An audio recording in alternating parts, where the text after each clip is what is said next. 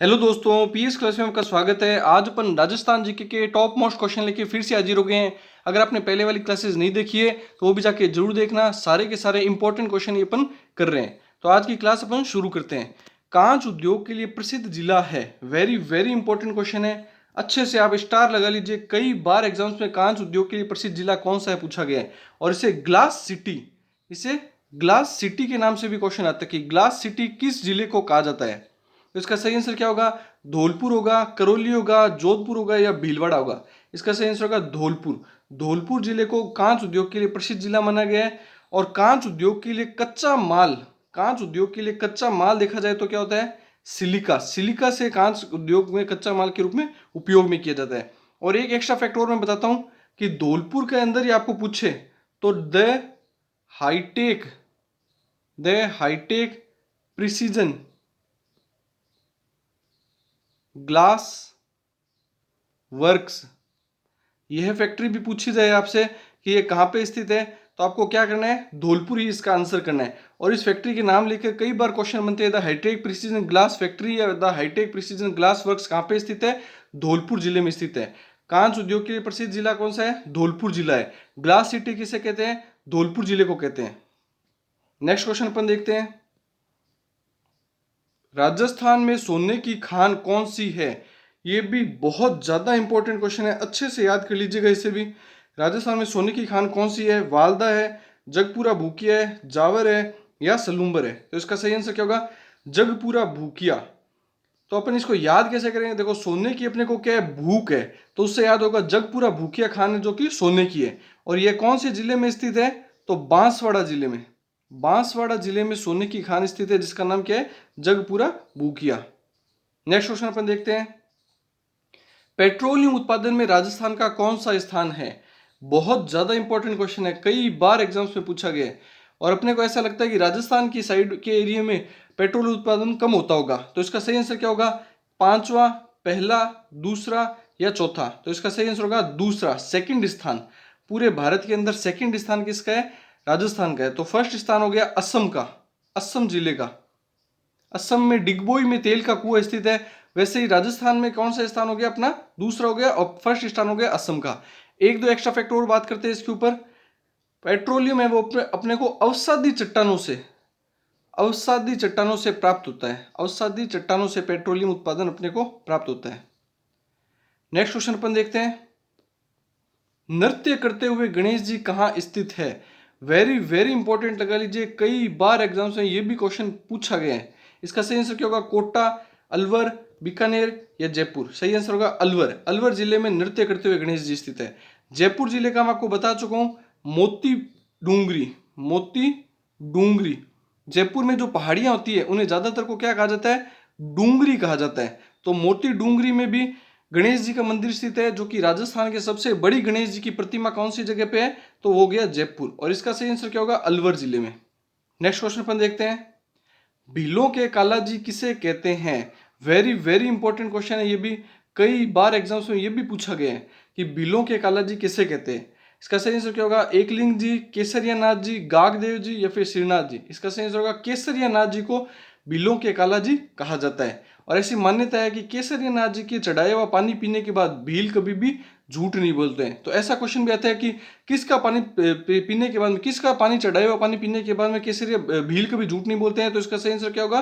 केसरिया नाथ जी का चढ़ाया हुआ पानी पीने के बाद में भील कभी झूठ नहीं बोलते हैं, इसीलिए इन्हें भीलों के कालाजी भी कहा जाता है। और श्रीनाथ जी का मंदिर देखें तो वो नाथ द्वारा राजसमंद, श्रीनाथ जी का मंदिर देखें तो नाथ द्वारा राजसमंद जिले में पड़ता है।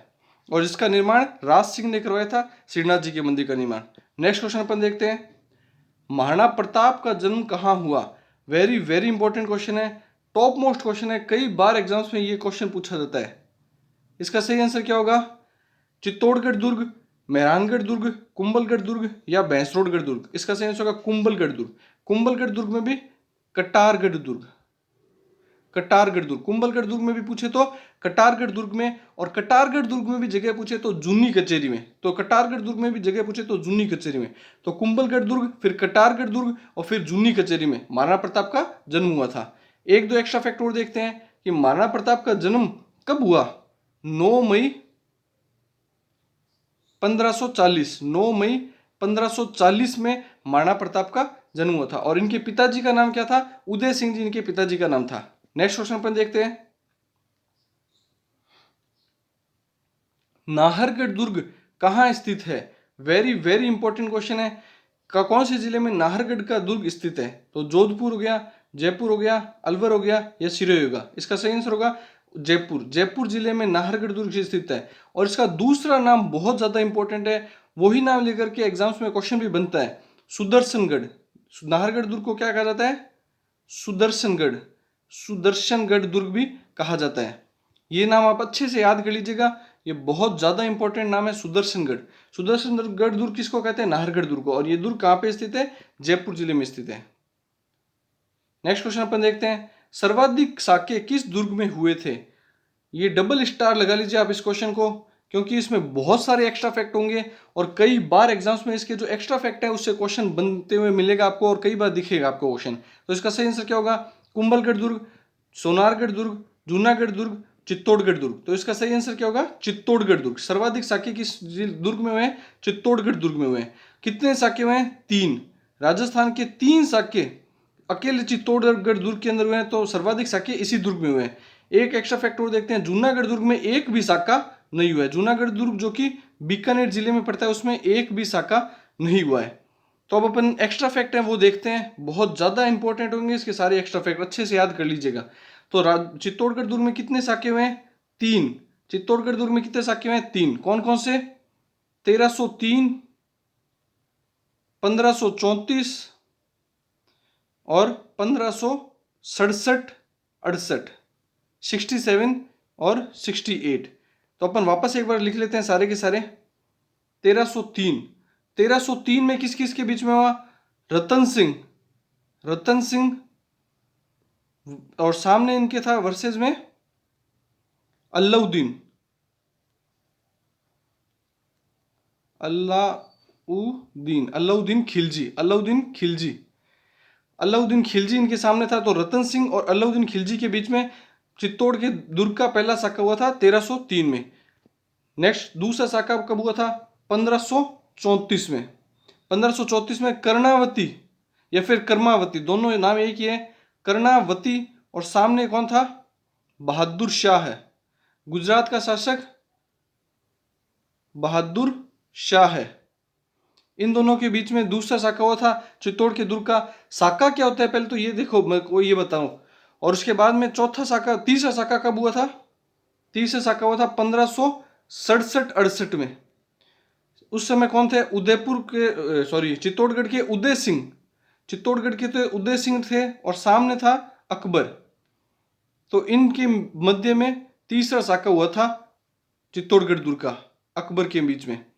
तो इसका सही आंसर हो गया चित्तौड़गढ़ दुर्ग। और 3 साके कौन कौन से होंगे? 1303, 1534 और 1567, 68। और साका होता है जिसमें पुरुष मतलब राजा के द्वारा या फिर सेना के द्वारा तो केसरी वस्त्र धारण करके, पुरुषों के द्वारा तो केसरी वस्त्र धारण करके युद्ध के मैदान में उतरा जाता है, और महिलाओं के द्वारा अग्नि में या फिर जल के अंदर कूद करके स्वयं को मतलब खत्म कर लिया जाता है। तो यह जो संपूर्ण प्रक्रिया जिसमें दोनों वर्ग साथ में होते हैं, जोहर और केसरिया दोनों वर्ग साथ में होते हैं, उसे सम्मिलित रूप से क्या कहा जाता है? साका कहा जाता है। और चित्तौड़गढ़ दुर्ग में सर्वाधिक 3 साके हुए हैं, सर्वाधिक 3 साके हुए हैं। नेक्स्ट क्वेश्चन अपन देखते हैं, तोता ए हिंद की उपाधि किसे प्राप्त थी? वेरी वेरी इंपॉर्टेंट क्वेश्चन लगा लीजिए, कई बार एग्जाम्स में रिपीट होता है ये क्वेश्चन।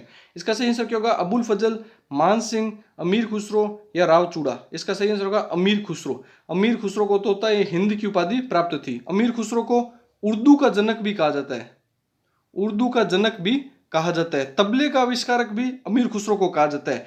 दिल्ली के 8 सुल्तानों का शासन देखने वाला भी अमीर खुसरो को ही कहा जाता है। नेक्स्ट क्वेश्चन अपन देखते हैं, जो कि आज का लास्ट क्वेश्चन है, पंचायती राज का राजस्थान में उद्घाटन किस प्रधानमंत्री ने किया?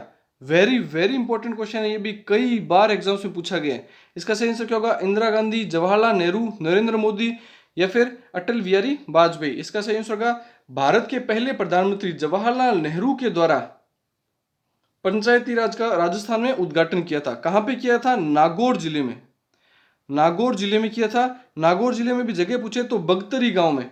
और कब किया था? 2 अक्टूबर 1959 1959 में पंचायती राज का उद्घाटन किया था। और राजस्थान में त्रिस्तरीय पंचायती राज व्यवस्था है, ग्राम पंचायत, पंचायत समिति और जिला परिषद, ये 3 स्तर है इसके। आई होप आपको वीडियो पसंद आया होगा। पसंद आया तो ज़्यादा से ज़्यादा दोस्तों में शेयर कीजिए, स्टडी ग्रुप में शेयर कीजिए, चैनल को सब्सक्राइब कर लीजिए। और अगस्त माह में बीएसटीसी के एग्जाम होने वाले हैं, तो अच्छे से आप वीडियो को बार बार रिपीट करके देखिएगा। और सारे क्वेश्चन इंपॉर्टेंट क्वेश्चन है, पहले वाले वीडियोस भी जाके जरूर देखना। Thank you.